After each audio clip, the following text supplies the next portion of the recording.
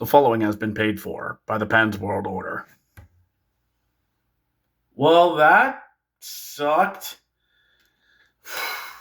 Boy, that got out of hand quickly. I mean, that really got out of hand fast. McKinnon nearly killed a guy. Well, this sucked. Pens lose 6-2 to the Fighting McKinnons, known as the Colorado Avalanche. Well, I guess Big Brother got his revenge for us beating him in NHL 94. You know when you play your big brother and you have a good game where you're able to beat him. You beat him like 6-3, you get a couple lucky goals, you finally figure out how he does all these things, and you beat him. And he goes, I want a rematch. Okay, you beat him once before, you can beat him again. And you play, bam, bam, bam, bam, bam, bam. 7-0 at the end of the first period. And your brother just looks at you and goes, you have 2 more periods. And the final score is like 13-2. That's pretty much what the Colorado Avalanche did. It seems like the Canes and the Avs got their revenge for the Pens stealing 2 points from each team on the road. They took their pound of flesh back. So tonight's game, I had some other things I had to deal with around the house, and sorry for not doing the Canes game. My wife was dealing with an illness, so I was not able to. Kind of glad I didn't. But tonight, maybe you think, we're not beating the Avalanche twice in the season. That's not happening. And Nathan McKinnon opens the scoring for his 46th goal of the season. 46! To make it 1-0 5 minutes in. And then Yegor Chinikov, Evgeny's son, gets fed a pass from Gerard and just big blast, power shot, beats Wedgie Wood, and we're tied at 1. Okay, we're tied at 1. We'll make this a close game against the Avalanche. We'll hang in there against them. We did it before. We can do it again. We did it before, and we can do it again. And we can do it again. They did it before. No, because amazing thing was that me and the wife had a late dinner tonight. We ordered out through Grubhub, and when I originally looked at my phone before we ordered, it was 1-1. So me and her, we decide where we're going, and we look down the menu, and we finally get what we want. Real time was about 8 minutes. This took. Shut up! It was a new menu in a new place I've never been at, so I need to look at the menu to decide. Shut up! ADHD decision making's hard. Only for me to pull up my phone like, oh, it's the end of the first period, and oh my gosh, a horrible blowout. Hey, everyone, come take a look at this flaming wreckage. Come on, crowd around, don't be shy.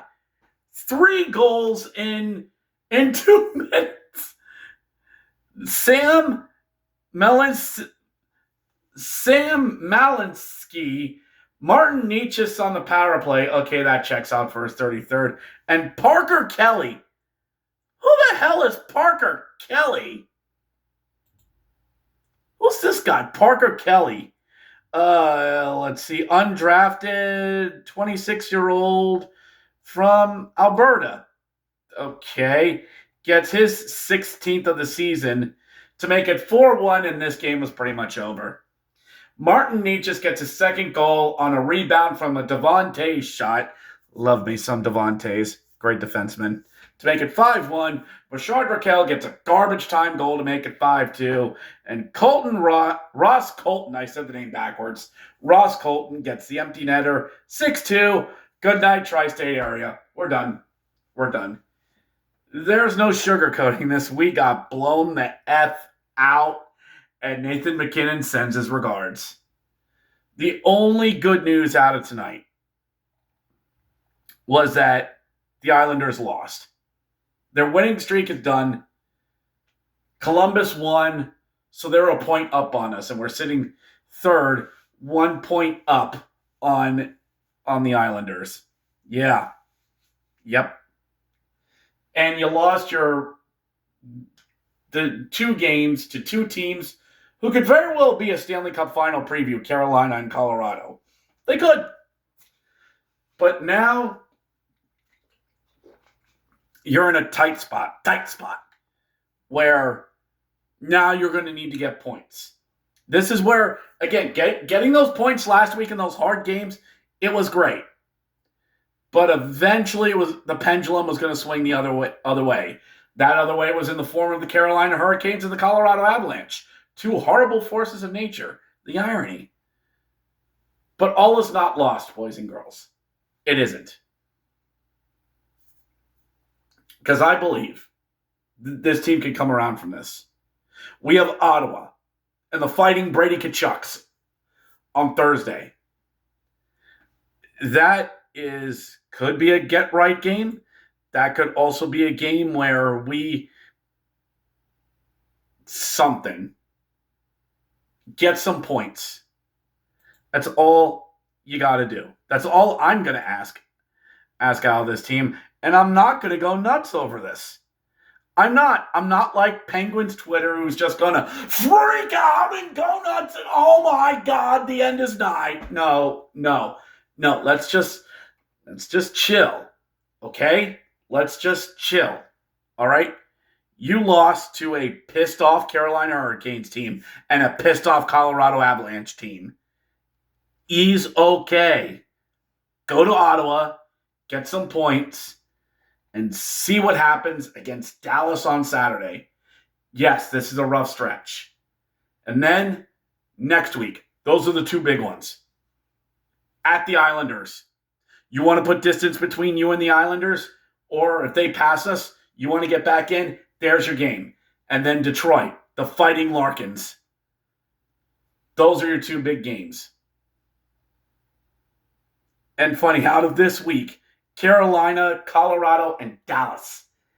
This is the most winnable game in Ottawa. And that's how you got to approach this. One game at a time. You put yourself in a decent spot all season. But two losses are not going to derail things. They're not. So, we'll be all right. Beat Ottawa. Do the best you can against Dallas. And then gamble. And pray the dice fall in your favor. Lots of games left to go, everyone. Ease okay. We got this. Let's go, Pens. Catch you next time.